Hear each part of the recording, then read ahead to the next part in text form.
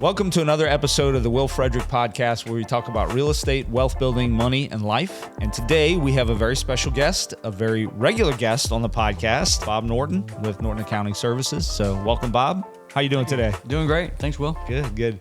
I like when Bob comes because we get to pick his brain for free for a few minutes before before he comes.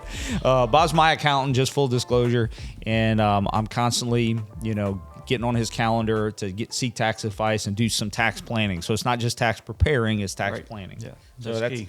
What's that? That's key. Yeah, That's the only way to really save taxes is you got to plan for the stuff. Mm-hmm. Yeah, the worst thing to do is call you and say, "I did this. What do I do now?" And you're like, "No, you pay tax. Should have let me." Yeah, he should have let me. So today we're going to talk specifically about the 1031 exchange, which I don't even know where that name comes from. So I'm going to ask Bob to tell me about that. But that's really what I want to talk about today, because so many of our clients, I've used it many times. Myself personally, I've used it once. And I've helped clients use it many times, but it's a super effective way to save on taxes when it comes to real estate investing. So tell us about 1031 exchanges. What is that? Where did the name come from? So it's Section 1031 of the tax code. So Okay. It refers to the tax code. Mm-hmm. And so if you Google Section 1031, it'll pop up and you can read all the legalese rules. Okay. A 1031 is essentially, it was set up because you're essentially trading one property for another. Mm-hmm. So if you have a house that you no longer want, and I have a house I no longer want, and we decide, well, let's swap them. I'd prefer to have yours, you prefer to have mine. We can swap those two houses, and we have essentially a 1031 exchange. But, and that was the pure swap. We just go to the title company, swap deeds, and then it confuses the hell out of the IRS because there's no money involved. It's just, I wanted yours, I wanted mine, and we just swap them. But what normally happens is you decide to sell a property, and then you want to buy another property. You want to replace that property with another property. And so the IRS is, I guess Congress really, but has set up this mechanism for how to do that. And there's timelines involved and different rules and all that stuff. One of the key things, I get this call all the time, and I hate it when I get the call, but someone will call me up and saying, I just sold my property and I heard about a 1031 exchange. How do I do that? I said, you've already closed on it. I said, yep. It's like, you're not doing a 1031, you're paying tax because you're too late.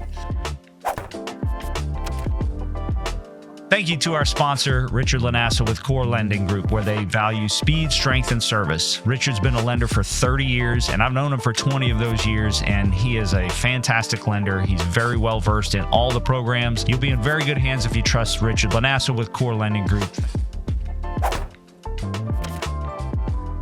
You have to set it up beforehand. You have to involve what's called a qualified intermediary, which is a middle person who holds all the money. So if you receive money from the 1031, either when you sell the property or when you buy the replacement property, because you can borrow more money than you paid off and then walk away with cash. But if you do that, you're paying some tax. If it touches your hands, you're paying tax. You're paying tax. You're a taxable entity. Right, because what the IRS has a tax form that goes in your tax return, and it calculates the stuff. And first it calculates the gain that you have on selling your property, and then it calculates, and if you have any cash that you receive from that, it says, well, all that cash goes first to paying the gain, so you pay the tax. So I've had people that have done a 1031 without having a conversation with me first, which is okay, but the problem is they don't think of all the consequences and all the other stuff. And so what happened is they were going to get 150 at closing, which is the difference between what they sold it for and what they owed on it, not necessarily what they made on it. That's a different calculation. Right. And so, but they needed $50K for their business, so they decided we're going to pull $50K out and we're going to invest $100K in the new property. Well, it turns out their gain on that property was less than $50K, so they paid tax on all of it. So they had a 1031 and they deferred some of the gain, but or maybe not any of the gain in this case. They actually deferred a loss because the closing costs ended up making it less, and they had costs. They paid the intermediary $2,000 or whatever their fee is. So for the privilege of paying all the tax they were going to pay anyway, they did a 1031 and paid even more in fees. Yeah. So I always say run the numbers first. Yeah. Let's calculate and find out how much that, because it turns out if you're only going to owe a couple grand in tax, yeah, that's not a big it's deal. like, well, it's going to cost that much to do all the other stuff, and then right. you got to worry about all these rules and fit the stuff in. Right. Yeah. Which we can talk about in a minute, and then and it may be that it's not worth it, right? Yeah. Yeah. And then the other thing too is like there may be another strategy we can employ depending on the timing. Yeah. That we could do that, because we could use a cost segregation study on a new property to offset. Yeah.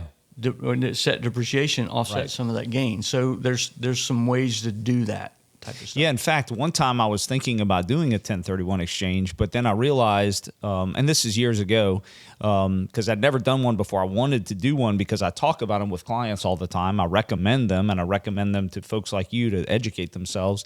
But I'd never done one, so I felt like a little bit of a hypocrite. So I wanted to do one, but I was selling this property, and I really wasn't making that much on it. Even with, and I owned it a long time, and I'd paid it down, but I'd put so much into it, like in terms of capital improvement and like repairs and expenses. And I realized I wasn't going to make a whole lot, and so my tax wasn't a whole lot, and I didn't even think about like how much that cost. But I was like, like for, I think it was like $3,000 or $4,000. I was like, it's not worth saving that much in taxes to not just take this money and be able to be free with it, because 1031 kind of constricts you to what you have to do with it. Right. So I just didn't do it, So, so we talked a little bit about like what happens when somebody calls you after they sell the property. That's the biggest probably piece of advice. Like whatever you do, if you want to do a 1031 exchange, set it up before you sell the property. Set it up before it closes. You can get it under contract, but before that closing day happens, you got to get it set up. Right, because you have, if you're working with an agent, they're aware of the 1031 exchange, whether they've done a lot or not. They at least know about it and saying, hey, you could consider this. And if you talk to a qualified intermediary, remember they're getting fees. They don't run the numbers to see if you're going to make a profit. They just say, sure, we can do that. Here's what you do. Right, and they make sure that you do everything that complies with the rules so that you'd have a valid 1031. And then the title company will also say, well, yeah, 1031 is a good way to defer. So everyone's on about deferring the tax. But what they don't say is, how much tax are you going to owe? Right. And then now it's a financial decision, not a decision made from fear of paying tax. It's like, oh, here's how much I'm going to save, and I'm going to do it. And then, so that's the first place to start, is to do the math. Yeah, you got to make the numbers make sense. And like I'm like not a big fan of paying anything in taxes. And Bob, you've helped me to maximize that desire in my life. So thank you. However, there are some situations where it's like, it's really, like I don't want to screw the tax man bad enough to like jump through all these hoops. Like if I can just get away with paying a little bit of taxes, and it makes my life a whole lot easier, you got to look at that, Right. So why is a 1031 exchange such a valuable tool in the wealth building journey? Well, it's, if you do have a huge gain on a property, this is usually properties you've owned for a long time. So you've depreciated them, and then they've grown in value a lot. So you have a huge capital gains tax you're going to do. Several $100,000. Yeah, and if like 30 or 40% of that value goes away because you got to pay it in tax, you can't invest that and make more money on it. Right. So you get to roll all the money you've earned, all your equity, into another property and let it continue to grow for you. And so without the government taking away a portion of it. Yeah. The power of compounding. Sorry, I cut you off. Keep going. But that's it. It's just letting it grow. Yeah. And so every time you sell a property and you pay tax, your wealth gets cut by that amount. Now, technically, you always owed that tax, because when we do like a financial statement for a client, we'll calculate if they liquidate everything today, how much tax they would owe, because that's a theoretical, hypothetical liability. But that only occurs if you have to liquidate for some reason. And so my whole thing when it comes to real estate is don't sell anything. Yeah. Just keep it. But borrow against. But some people, that's what they're in business to do that. Right. So, and that's okay. So you got developers and home builders and stuff like that. They're in the business of selling those things. So they're paying tax on those. But when you're an investor, you don't do it. And also 1031s are limited to business use or investment properties. So as real estate investors, that means rentals. If you're an auto mechanic and you own your own shop, and you've outgrown it and you need to buy another building, you can do a 1031 of your building into another building so that you don't have to pay tax selling that. That's business use property. Or if you have your realtor office in an office building, you decide to move it to another one and then buy another building, you could do a 1031. That's business use. But if you're a builder or a flipper or a wholesaler, you're in business to sell things in a short period of time to make a profit, at a markup and to make a profit. You're considered a dealer, and the real estate that you own is considered inventory, and inventory doesn't qualify for a 1031 exchange, so you can't do that. Right. Now, there's some strategies. If we can plan out things, we can set up strategies so that it's investment properties. One of the easiest thing is convert it to a rental. Yeah. Rent it out for a period of time and then sell it. Yeah. You're just deferring the sell price. But what you're also doing, and then you can do a 1031 and put it in that. But if you're living off of the cash that you're generating, you're going to just be paying tax. So you have to do this with, basically I tell all the flippers, like, you need to keep some. Don't sell everything. Yeah. Because you're not going to build any wealth. Because I have guys that, they have cash flow. Right. And they have income. And, of course, they're paying the government a bunch of tax. But at the end of the day, they don't own anything. They haven't built any wealth. Right. And so the only way to build wealth is to keep some of it. Is to keep some of it. Because if the snowball, you got to let the snowball continue to roll. And that's the point you were making earlier about, like, if you're paying tax every time you sell something, then you're shaving off a huge chunk of that snowball, and it continues to roll, but it's going to roll smaller. Right. And the power of compounding interest, I think it was Albert Einstein who said it's the most powerful force in the universe. Right. When was asked that, he said compound interest, that's the most powerful force of the universe. And I think you and I can probably both attest to that from our own net worth sheets. We can say, man, look at the wealth we've made because of compounding over time, like not paying taxes, keeping stuff, not selling it. Sometimes you got to sell it, or sometimes you really want to sell it, but you got to put it outside for the long term too. Right. So you talked about business use property. Is that what? There's that term like kind. So let's talk a little bit about that. Sure. Like kind. So the 1031 rules is called like kind exchanges. So it right now under the tax law, it only applies to real estate. But it used to apply when you traded in a truck. You did a 1031 exchange on that truck. So you had to roll it in, and you kept deferring all this stuff. And usually you didn't depreciate the whole thing, and trucks went down in value, so you were deferring losses as opposed to deferring gains with real estate. They finally got rid of that. So if you trade in a truck, they who wants to defer a loss? Yeah, I want to take a loss today. It's like you're selling it right then. Well, real estate is like kind means when you're doing equipment, it was a truck for a truck, a copier for a copier. That kind of stuff. But when it comes to real estate, it's real estate for any other real estate. So it can be land for an apartment complex or a apartment complex for land. It could be a condo. Anything that's classified in real estate, whether it's residential or commercial real estate, can be traded for other real estate. So it doesn't really matter what it is that you buy.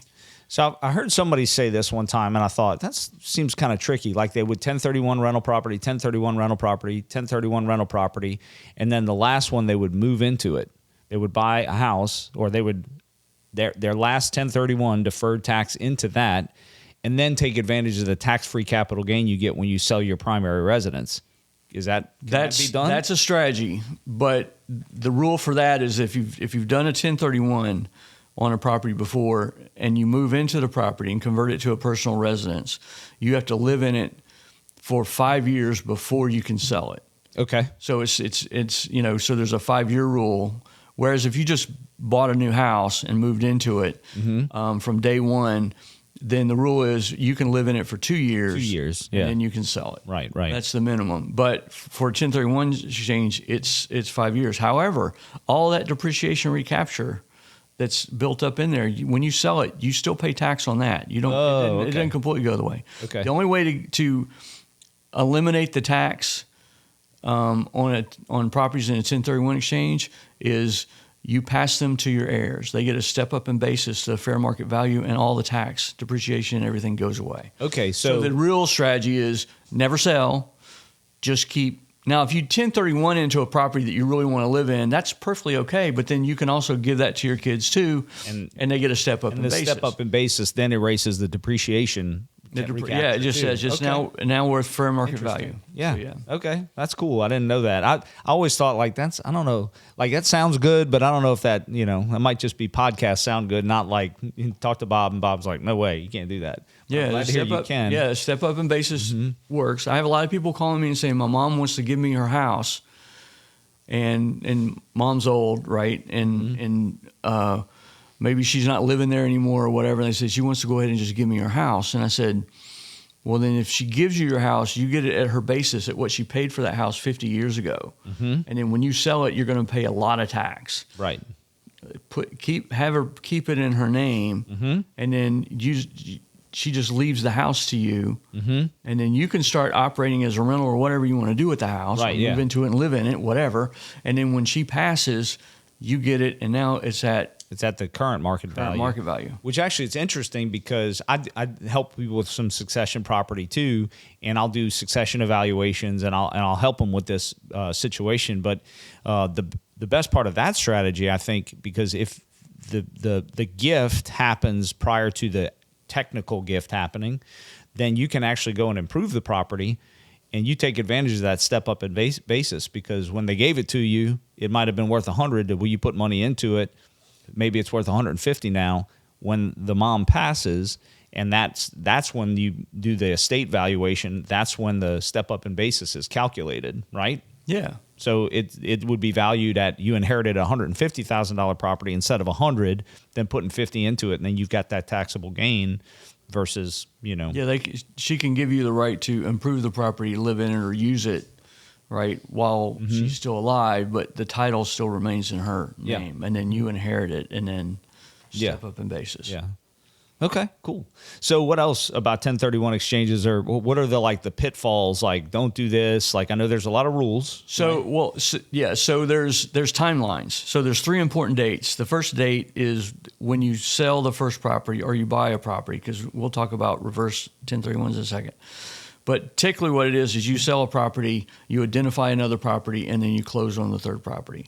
So the 3 important dates are the date you sell the property. Right. The relinquished property, they call that, right? Yeah. Relinquished. And then you have 45 days from that date to pick your replacement property. The date of the closing. The date of the closing. Right. To pick the replacement property. And then you have 180 days from the date that you closed on the relinquished property to purchase the next property. So 45 plus 135, not 45 plus 180. Right, correct. Got it. So, with residential properties, it's like they close quickly, right, within a month. So the 180 days doesn't become an issue. A commercial property, though, they're going through due diligence. They still have to identify in 45 days, but they don't know if they want to buy it yet or not. Right. And so they have that timeline. And the first mistake or pitfall for this is that 45-day window comes really quick, because when you sell a property, you're wanting to buy another property that's going to grow and cash flow. It's going to be a good investment. Right, yeah. And sometimes you can't identify those. Yeah. I had this happen right after COVID, when the prices went through the roof. I had people selling properties because they're going, it's never going to be this high again. I'm going, that's not how math works. Yeah. But okay. Yeah. And so they sold it. And then someone said, and then they couldn't do a 1031 because they realized everything else was overpriced.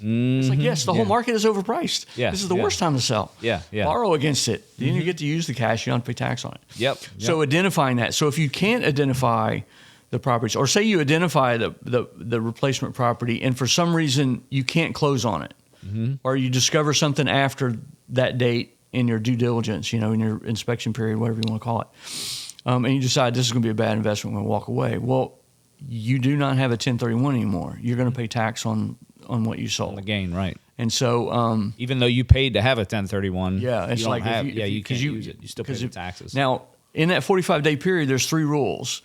The first rule is the 3 property rule. You can identify up to 3 properties, close on one of them, and then you have a 1031 exchange. Right. So that's usually what most people do. The other one is a 200% rule. You can identify any number of properties as long as the aggregate value of them aren't 200%, 2 times higher than the property you sold. So if you sold a property for $200,000, you're going to need to buy another property for at least $200,000. Is the easy way to do the math. And then so you could identify any number of properties that as long as they don't total more than 400,000, and you can buy any number of those to get to your 200. Okay. Because you don't have to. You can replace one property with 2 properties. Okay. Or whatever, or 2 properties with 1 property. Because if you have several small single families and you want a multiplex, you can sell them all, buy the multiplex, and roll them all into it. That seems so like stressful and complicated to me to sell multiple properties and try to buy one. Right. I'm sure it's done, but it seems. Yeah, it is. Usually, it takes a lot of planning. So it's just one of those things where you have. Yeah. And you pretty much have to have the target property identified before you're doing the other stuff. Right. The problem is you may have option periods or whatever that you have, for deposits or whatever, and then if you can't get the other property sold in time, Right. you may have a problem. And then the third rule for identification is the 95% rule. You can identify any number of properties. You just got to buy 95% of them. Okay. So that one, most people don't use that one. Yeah, that seems like a really risky. But unless you're planning on buying $1 million worth of property and you've got this $200,000 house that you're going to just 1031 exchange, and you're going to do it's like you just identify all this stuff because it's just going to be part of that. It's not going to be you're planning on investing all this extra stuff in there. So those are the 3 basic identification rules, and if you just have to identify those. So on the 45th day, you're giving the qualified intermediary your list. Yeah. And you've complied with that. You don't have to buy it yet. You still have another 135 days to buy it. To close on it. Now, what I tell people is this is the benefit of talking to me before you do a 1031, because I'm going to go through some things and ask some questions and give you some ideas. One of the ideas is start looking for that replacement property before you ever sell. Yeah. The first one. That's what I was going to tell you. That's what I was going to bring up, is because you have 45 days to identify from the day you sell.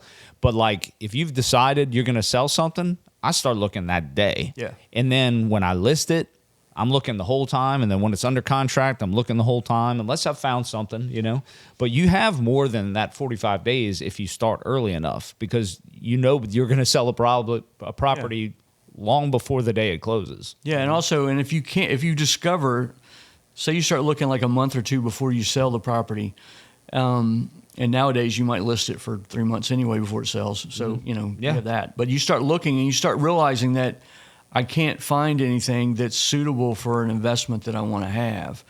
And so you either make the decision of you're going to buy something that's going to be a loss for a while, which I usually don't recommend, but remember, real estate continues to go up over time, so it's forgiving as long as you can hold on to it. Right.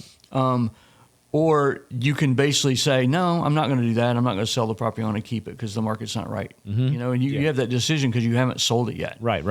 So you can defer that. But that's the key thing. I did have one client one time that called me up and he was selling 2 buildings. I guess they're apartment complex, but it had multiple units in it. And then he had another apartment complex he was going to buy into, and but it wasn't the fair market value of the property that he was selling. I mean, it wasn't there. So, and I said, it wasn't okay, going to be higher than so he's going to walk away. And I said, well, you could buy more than one property. He says, well, I already have this one on the contract, which was just enough to make it. I said, add that to the list. That's Perfect. The first one, and then you do that one, and you do the next That's one. awesome, yeah. So it ended up, because he talked to me first. Right, yeah. Just because otherwise he would have closed on it, not put it in the 1031 exchange, and he would have owed tax on yeah, some of the cash you got. Yeah, and so there's times where I have had a client call me. In fact, this happened just a few weeks ago. I had sold a property for them, and they were gonna put it. They were gonna 1031 it into a property in like a condo in Orange Beach, which they were gonna use for family legacy type thing. And so, but they couldn't really find the right one, and they were like negotiating one, and not sure it would work. But he called me and he said, "Hey, Will, it was like a Thursday. He said, "Hey, our 1031 deadline is Monday or Tuesday." He's like, "I think it's one of those days. I'm not sure if we're going to come to terms on this condo. I need you to find me something that's income producing that would work for me to have, for me to add to this 45-day list. 45 days is up." And the great thing is, I'm always looking at investment property. So right in the back of my head, I was like, okay, we could do 2, 3, 4, 5, like I could have him a couple things. So I called him the next day and I said, "Hey, I've got these ideas, like, what do you think?" And he said, "I'm not that one, not this one. This one might work." And he said, "I'll call you back." So, well, they did end up coming to terms on the condo. And so they got the condo and they did it. But it's nice to be able to have a resource to go to, like yourself, like myself. If somebody's in a pinch and is like, okay, I need to find something, I can usually find you something. But what you don't want to do is buy a bad deal. Right. If it's enough taxes, I guess you could get something that's marginal. Well, one concept I learned going to some of these real estate conventions that I do, and I try to go to 2 or 3 a year, and they're run by guys that I really expect who've been investing for like 30 and 40 years, right? So they're throwing out all these ideas. And a lot of times I discover that I'm sitting there and these guys will throw out ideas and I'm going, "Oh my God." And I realize no one around me caught it. Mm-hmm. It's like, did you just hear that? It's like that was was a gold. secret message. I'm getting there the secret messages, right? Uh-huh. Well, one of them is having financial friends. So a lot of times I'll go to these things and a lot of the guys that are there that teach some of the seminars that I go to, they all go to each other's seminars because they're like best buddies. And they've been investing for 40 years together. Yeah, right? yeah, that's cool. And what that means is that if one does a 1031 exchange and they can't find a replacement property, they call up their buddy and saying, "You got something I can buy. It's got to be this price." And then what they do is they say, "Sure, I'll sell you this house." It says, "But I need to lease it from you with an option to buy it back." So they enter that agreement. And then time passes. And then the guy that sold the property on the he completes his 1031. He's now got an income producing property because it's being rented by his buddy. And he calls him up like, let's say a year or so later and says, "I found the property that I want to buy." He goes, "I exercised my option."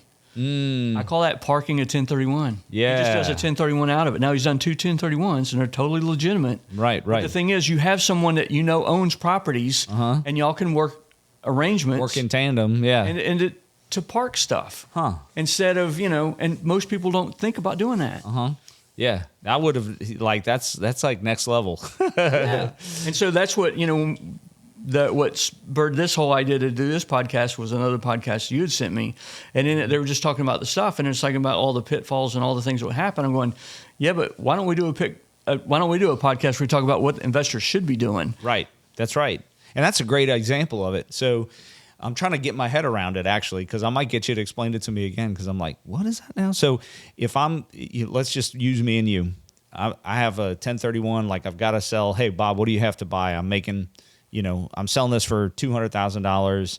You have anything that's $201,000 or more that I can buy? You say, yeah, I'll sell you this. And you need an option to buy it back from me.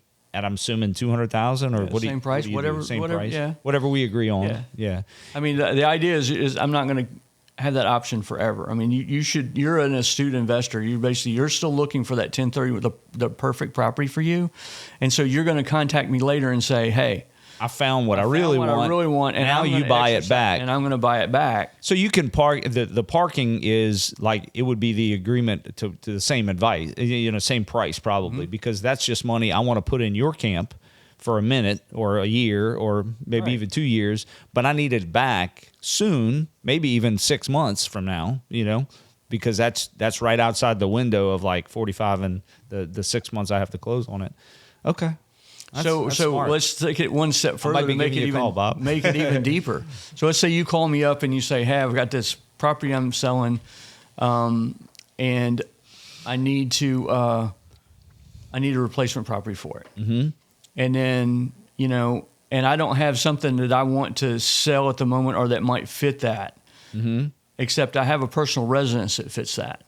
So I can sell you my personal residence. I get a cap-free gain in that. Selling that personal residence, right? And then I have an option to buy it back from you. So I reset my my Basis. stuff. And so the money that I get out of it, I just set it aside. Wow. And because I know you're going to call me later or invest it in something else. Yeah. That have it is like, but I can sell you my house. There's no rule in the tax code that says you have to actually move out of your house once you sell it. Yeah.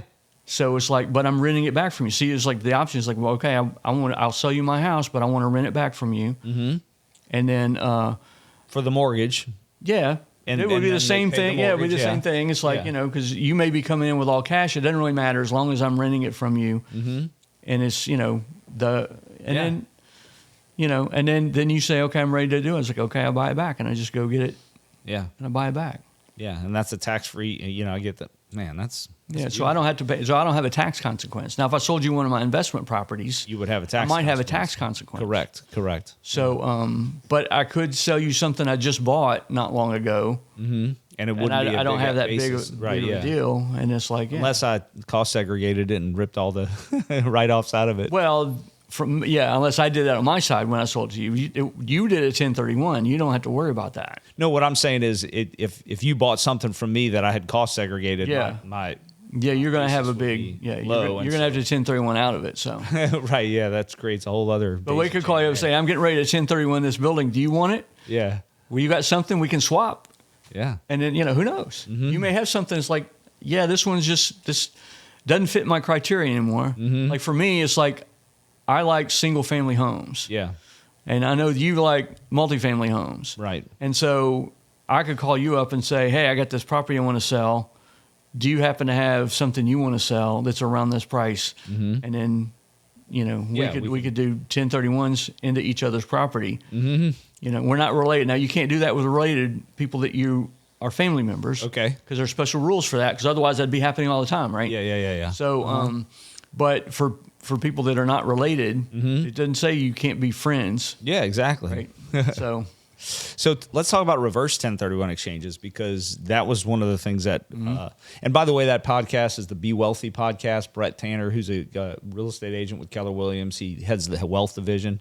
Really some great high-level real estate advice and investing advice. I would recommend that podcast. It's a good one. And before I forget that, I did want to ask you, would you recommend any of those seminars that you were talking about? Like what are those organizations that you attend? So...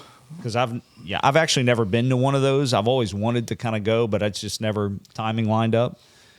So it's a series of stuff, different guys. So the one guy I try to go to at least one of his seminars a year is Peter Fortunato. Okay, I've heard that name. And I think he's doing something in June. You can probably go to just type in peterfortunato.com and it'll show what he's got. David Tilney does he does it on Zoom now. He used to do it around the country, and he discovered in COVID it was easier doing it on Zoom. And he does a a Zoom, a class on hassle-free rental management. Mm-hmm. And then that's the first 2 days. And the third day is master leasing, which is a tool that everyone should be using. Mm-hmm. But he doesn't teach master leasing separately, because if you don't know how to manage a rental, master leasing could blow up in your face. Okay. And master leasing is where you rent, instead of you buying a property, you rent it from someone, and then you turn around and you lease it out to someone else. Uh-huh. So it's like a sandwich. You're sort of like a wholesale deal, but it's renting, and you're a landlord, but you're a tenant and a landlord. So you get the benefit of the tenant laws, and you also get the tax benefits of being a landlord. So instead of having a mortgage payment, you have a rental payment, and so you're making the spread. Yeah. And so there's all different ways to do that kind of stuff. But he's if you go to davidtilney.com, you can see what his course is. And the first time I took it, I said, because I know him, and we were talking at one of the conferences we were at, and I said, when are you going to do your class next time? He says, I'm going to do it on Zoom. I said, well, one of the problems is, or one of the things I like about going to these is I get to talk to everybody. Right. The networking. That's is the really networking cool. is the best part of those events. Because there's the meeting after the meeting. You go to the meeting, and after that, everyone goes, hangs out in the bar, and just talks the rest of the night. Right. And then gets up the next day and comes back in. And he said, well, the funny thing, the first time we did it on Zoom, we finished up the class for the day, and then my wife and I were going to go eat right? And he said, we're just going to keep the Zoom running. You guys can stay on as long as you want. Because if you have a subscription to it, there's no time limit, right? Right. He said, they came back an hour and a half later. Everyone was still on there just talking. Yeah. You know, so it's like The meeting after the meeting was can still still happening. happening on Zoom. Yeah. And so I thought, I don't want to sit on Zoom for 3 days. Turned out I didn't feel it. I was so interested in what he was saying and what he was going through. And I've actually sat through that twice because the second time I had my daughter sit through it. And so, of course, I'm working on tax returns over here, listening to it. Yeah, on the big just screen kind in of my letting it office, go on. Yeah. So that's two. There's Gary Johnston would host Masters of Real Estate.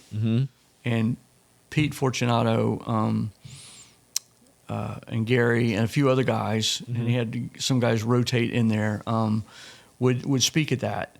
And John Schaub was another one. He teaches a course with Pete where it's sort of like beginning real estate stuff. And John also wrote the book Building Wealth One House at a Time. Yeah, I've heard of that book. Yeah, that's where I heard that name, but because I recognize that name. And so Masters Real Estate was good. Unfortunately, this last year, which was his last November, Gary said he's not doing another one this year.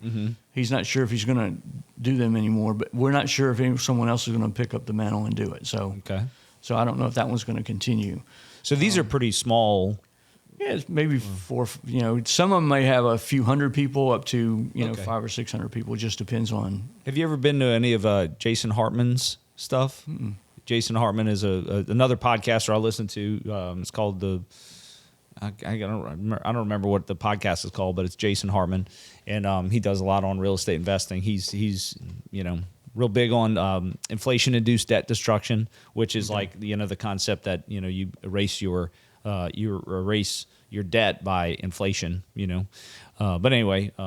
Not to go down that rabbit trail. I forget what I even asked you before I interrupted myself. About some of the what seminars I'd gone to and stuff like that. Oh, no, but before that, we were about to talk about reverse exchanges, I think. Oh. Yeah. Well, it's just how to use the thing. So, let's go back to reverse exchange. So you can do 3 types of exchange. A traditional is just you sell a property, you buy another one. A reverse is where you buy a property first and then you sell your property. Right.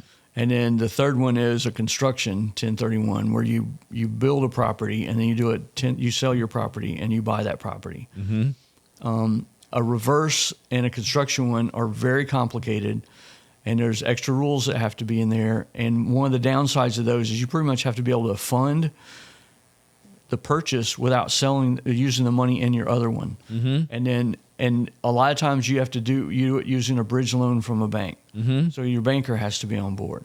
Yeah. And so the qualified intermediary sets up the structure to where they buy the property under an LLC until you sell your property, and then they transfer at closing. They transfer the property to you. Yeah. In that LLC, and you have it in an LLC.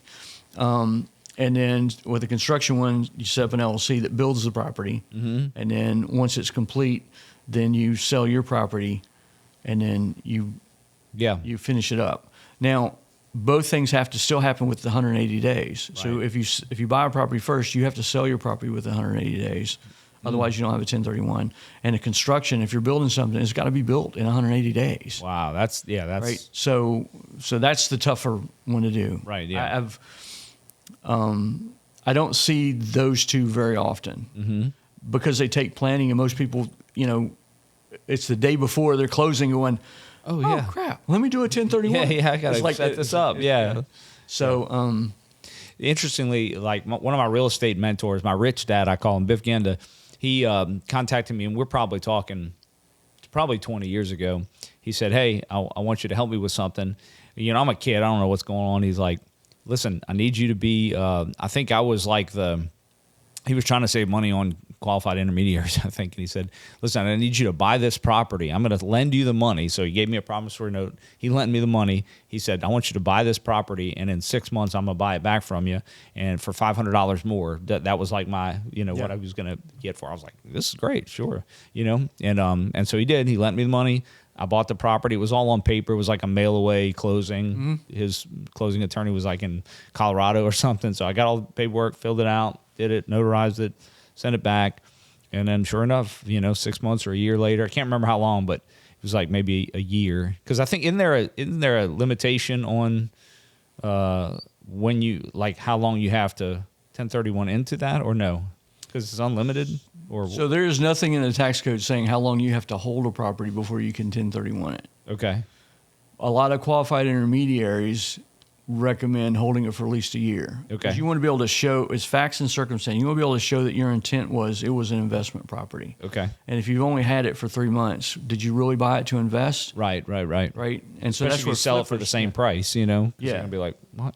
You know? Yeah. So then, but if you have a longer period of time, that's sort of the seasoning that the bankers have. Yeah. It doesn't have anything to do with 1031. It's just they just want it to be in your name long Yeah. enough because they figure that that gives it time to either increase in value or to stabilize the value, or all the lawsuits that do you really own this probably will have come up in the first 6 months, right? Yeah. So that they make sure that you have that, but they're okay with title insurance, so that doesn't really matter. But yeah, so I do have people that have bought a property to be a rental, they rehabbed it, and they realized they spent too much money on it, and it wouldn't cash flow, and they needed to get their cash back out of it to do another one or to do something better. And so they asked if they do a 1031, and I said yes, because it was intended to be a rental property.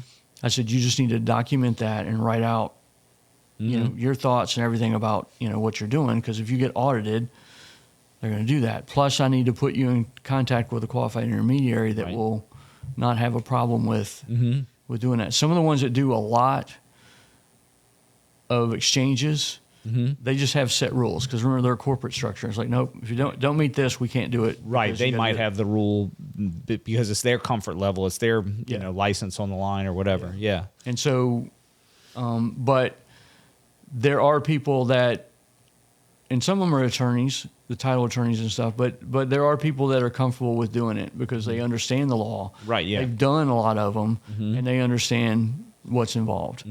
And so, but they want to, they'll make sure they'll ask you a bunch of questions and do everything. Because really, the qualified intermediary isn't on the line if it doesn't work out. You're on the line, right? Yeah, exactly. You know, you're representing to them.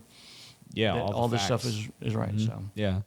Okay. Well, what else about 1031s do we need to talk about? Like, I feel like we've covered a lot of ground. Like, we've kind of laid out. We have covered a bunch of stuff. The key thing is just is really knowing your numbers. You know, I see people that do 1031s and they do it because they're afraid of paying tax. And fear is not a good reason to make a decision. Oh, definitely. Now that's what a lot of salespeople use to get you to make a decision. You can see that in everything, right? Right. And then, but that's not a good way to make a decision. But looking at the numbers and it's financial. It's like, am I better off doing it this way or doing a 1031? Right. And it's like, and better off meaning, am I going to keep more money invested or not have to come out of pocket with that much tax? And so, and just in general for any kind of a tax thing, before you do any kind of a deal, whether you're doing a 1031 exchange, buying something else, or deciding to sell stuff, you should talk to your tax preparer. 100%. To say, okay, here's what I'm thinking. What am I not thinking about? What am I not thinking about? In the context of my larger tax picture, especially if they know you, like that's why I've built a relationship with you and we have these regular conversations, because it's like, I want you to know how I think, so that you can say, well, Will, what you might want to do is this instead of that, because that's a tool that I didn't even know existed. But Bob told me it existed, so I'm like, oh, that's a way better idea, you know? Yeah. So, for instance, I have several clients that have net operating losses. A net operating loss is when you have a business loss during the year that exceeds your other income, then that's a net operating loss. That carries forward to the next year. Right. And you can offset most, if not all of it, against your income the next year. So if you had a net operating loss hanging out there, you're not even thinking about it, right? Right. This is you were just happy you didn't pay taxes last year. You don't realize it's because you had a net operating loss. And a lot of times we can create those using depreciation. Right? And so then you want to sell a property, and it looks like you're going to make $200,000. But if you've got a $300,000 net operating loss, I'm saying you're not going to pay any tax. Right. Yeah. You don't have to worry about a 1031. Yeah. Don't worry about it. It's do I have a net operating loss right now? I don't know. I'd have to look it up. Yeah, you probably don't know off the top of your head. How many returns you do? Thousands? Yeah, Yeah, a 1,000 lot. or so. Yeah, So- between businesses and individuals. The individuals usually the ones with the net operating loss. Yeah. But I had one I was working on this weekend for a client, and we're just filing his 24, so it's late. But he didn't owe any tax. And I'm looking at the stuff, and he's got net operating losses going back for 10 years. And they're just small, but they keep just accumulating because he's up, rental and he's, whatever. And it's like, he's not going to have to pay tax for a while. Yeah. So That's great. yeah. And now net operating losses are limited to 80% of your taxable income before the net operating loss. So if you had $100,000 in income before the net operating loss, and you had $150,000 net operating loss, like, oh good, I don't have to pay tax. Like, nope, you only get to use 80,000 of that. Okay, so You're going to pay tax on 20,000. Yeah, but So because now if you lost it during a year, it wipes out all the income, but Right, the right, carrying right. forward, because a lot of these things are to keep business owners and millionaires and billionaires from not paying any tax at all. Some of the rules they come up with, and so we're the guys that can create the net operating losses. The only one that has a net operating loss is a business owner, Right, or yeah. a landlord, or something like that. And so what they don't want us to do is game the system so we never pay any taxes. And then so the net operating loss is one of those things that they said, okay, well, you're still going to have to pay some tax if you have one of those. yeah. So, but that's just something you have to do. The other thing about tax planning is that, if you call me up and you say, hey, Bob, I'm getting ready to sell this building, how much am I going to owe if I sell it? I'm going to look at your whole tax picture and say, okay, here's what you would sold without looking at anything else. It's like, this is the tax that would be on it. However, you've got this business that may have a loss this year. You have this net operating loss. You have these loss carry forwards from capital gain, capital loss carry forwards. There's all these things that you can have in your tax return that makes it woefully complicated. And so it's one of I those. have a question for you that I'm going to put down for our next time. So keep going. Sorry, I didn't mean to. So a tax return and a tax situation is really complicated for a lot of people, especially if you've been doing this for a long period of time. So sometimes I can't give you I can't tell you exactly what you're going to owe. I'm going to give you, here's how much you're going to owe if this, and here's some factors to consider. Yeah. And then, because I don't have the whole picture of everything else that's going on for the year, right? Yeah. Until you send me all this stuff for tax time. Right. So, but when we're doing planning, so we're gonna say, here's the worst case. Yeah. Here's what I think it's going to be. So it's giving you a range, and it could even be less than that. But I'm usually going to say, here's a max it's going to be. Because if you had no other income, that was your only source of income. Here's what you're Right. going to pay. And if you've been doing my taxes for years, you can look at historically what we've done and say, well, it's probably going to be somewhere around And I'll this. ask them questions, saying, well, about this business, what do you think is going to be in this business? Because you Right, could yeah. give me a P&L Yeah. in the middle of the year and saying, here's what I think it's going to be. I can compare that to the same period last year. Are you up or you down? Right. So I can do some analysis like that to try to do some projections. So Yeah. I do that. Yeah. But it's just one of those things where don't get upset if the estimate that I give you is like off dramatically, because there's something else that may have occurred during Yeah. your tax thing that Yeah. I didn't know and you didn't know to tell me, right? Right. Yeah. And so, but I try to do it so it's like, I have a lot of clients doing this, like they start a business and going, here's what I made. I did fairly well. What am I going to owe April 15th? I'll say, here's the max you're going to owe. You're not going to owe that, but I think that's going to be the max. But set that cash aside. Yeah. Because if you do in fact owe it, you're going to have to come up with the cash. Yep. And so, and that way you're prepared, and then whatever we are able to save, because I'm going to go through and make sure that we have every expense in there. Right. You may give me some preliminary numbers and not include a whole bunch of stuff. Yeah. Yeah. Yeah. And so I know I'm going to shave something off of it. Yeah. So yeah. Well, yeah, I can't stress to our listeners the importance of getting ahead of the tax situation, meeting with Bob or your accountant regularly and kind of doing some planning, especially if you're starting to get complicated. I'm super complicated. I've got lots of stuff going on, so I'm always like, what about this? What about this? And you've helped me out a lot. No, Will, don't do that. Do this. You might want to do this, So thanks, Bob. I appreciate it. You're welcome. Anything else you want to share with our listeners today? That's really it. I think we covered pretty much everything for 1031s. Yeah, and some extra little strategies in there that most people don't really think about. Yeah, a lot of strategies. There's so many great things out there, and you can save. I mean, most people, our biggest expense in our whole life is taxes. So if there's a way to save a few bucks on taxes or a lot of bucks on taxes, which is what you've helped me do, there's so much that you can reinvest that into, just live a better life. So I would highly recommend talking to Bob, give him a call, get on his schedule, plan some taxes out with him. And so thank you for joining us today for the Will Frederick Podcast, where we talk about real estate and wealth building, money, and life.